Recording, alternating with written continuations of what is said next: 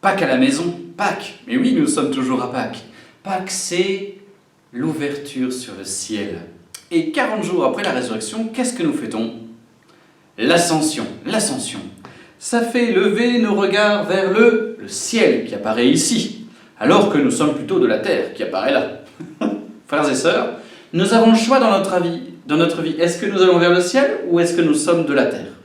Réponse de la lecture des Actes des Apôtres. En fait, nous allons vers le ciel, mais pour l'instant, notre mission est de faire venir le ciel sur la terre en annonçant la résurrection de Jésus. C'est ce qu'on appelle l'évangélisation, la prédication. Ils annonçaient la bonne nouvelle.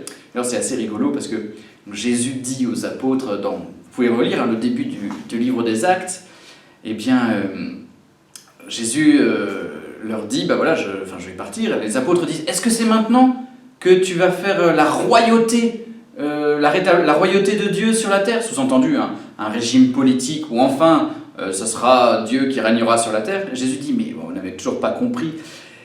C'est pas à vous de savoir quand. Moi je repars vers le ciel et je vous donne la mission d'annoncer la bonne nouvelle, pas d'imposer la bonne nouvelle, de l'annoncer.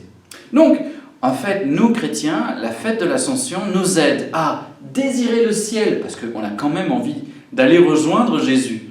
Nous sommes faits pour l'éternité avec Dieu, c'est notre futur, c'est notre joie. Un jour, les souffrances cesseront, la tristesse cessera.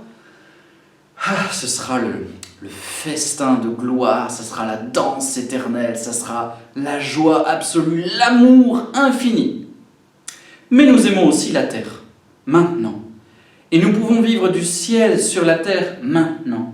Cette terre, nous en avons besoin et nous sommes envoyés vers elle. Pourquoi? Pour lui parler du ciel.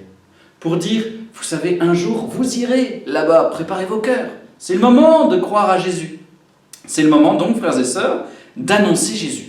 Avec le bon Père Pascal, nous vous avons laissé quand même tranquille pendant quelques mois. On vous a peu parlé de la mission, de l'évangélisation, de sortir de l'église pour aller dire aux gens que Dieu les aime, que Jésus est vivant. C'est bientôt la Pentecôte, mais en fait, l'Ascension nous y prépare déjà.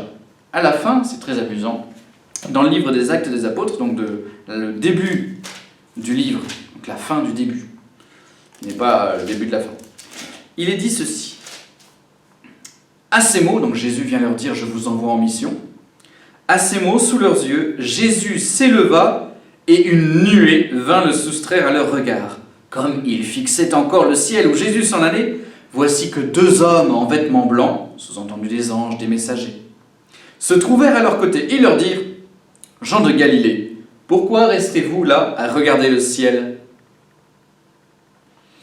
Ce Jésus qui vous a été enlevé pour le ciel viendra de la même manière que vous l'avez vu s'en aller vers le ciel. » Et donc, un jour, Jésus reviendra.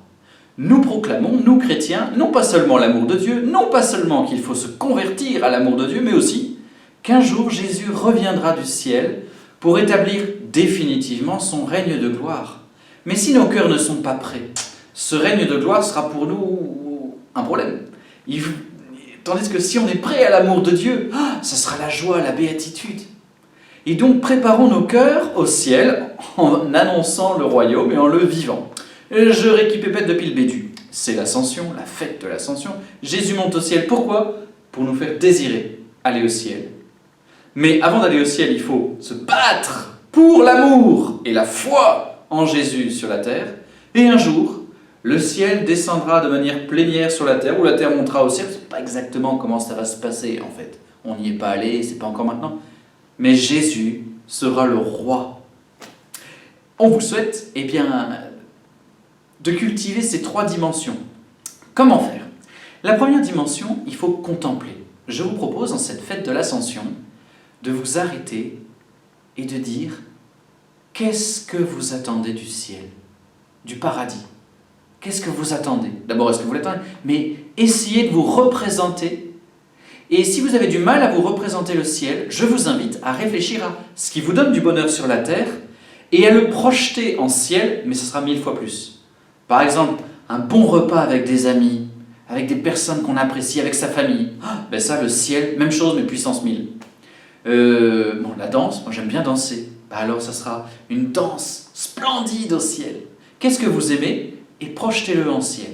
Donc première chose, pour désirer le ciel, regardons le ciel. Première chose. Deuxième chose, est-ce que vous êtes prêt à parler de Jésus autour de vous? Si vous n'êtes pas encore prêt à parler de Jésus, c'est que vous ne l'avez pas rencontré. Parce que quand on l'a rencontré, on se sent tellement aimé de lui, à un moment, c'est pas possible de garder ça pour nous. Sinon, ça disparaît de notre cœur. Dieu nous aime, on ne peut pas le garder pour nous. Jésus est ressuscité, on ne peut pas le garder pour nous. Je donne ce témoignage à une petite famille, que d'ailleurs j'ai revue tout à l'heure, qui m'a dit, voilà, eux, ils avaient perdu un enfant, une petite fille de 5 ans. 5 ans, voilà, à cause d'une maladie.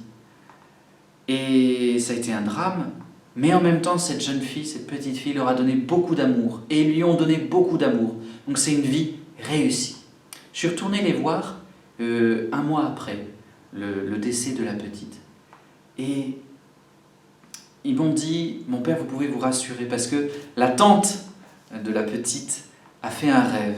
Elle a rêvé qu'elle portait la jeune fille, sa nièce, dans les bras, et qu'avec la maman de la nièce, toutes les trois, elles avançaient vers la lumière. Et au bout de la lumière, il y avait des anges qui dansaient. Et de la lumière, un homme très beau, barbu, s'est approché en tendant les bras, comme pour recevoir la petite fille. Et derrière cet homme très beau, il y avait une très belle dame. Et la famille m'a dit, pour nous c'est Jésus, c'est Marie.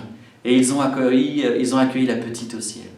Et donc ils ont donné leur témoignage.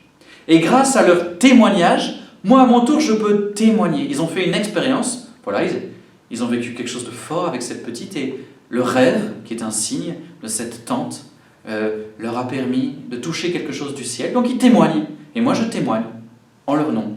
Et c'est une force, c'est une force. Est-ce que vous avez de quoi vous pouvez témoigner? Quel bonheur de Dieu vous pouvez témoigner? Troisième chose, je l'ai oublié, mais c'était sans doute fort important. Oui, un jour Jésus reviendra. Est-ce que vous attendez le retour de Jésus? Ça fait beaucoup de questions, on va vous laisser vous reposer. À bientôt pour de nouvelles aventures. Christ est ressuscité. Alléluia.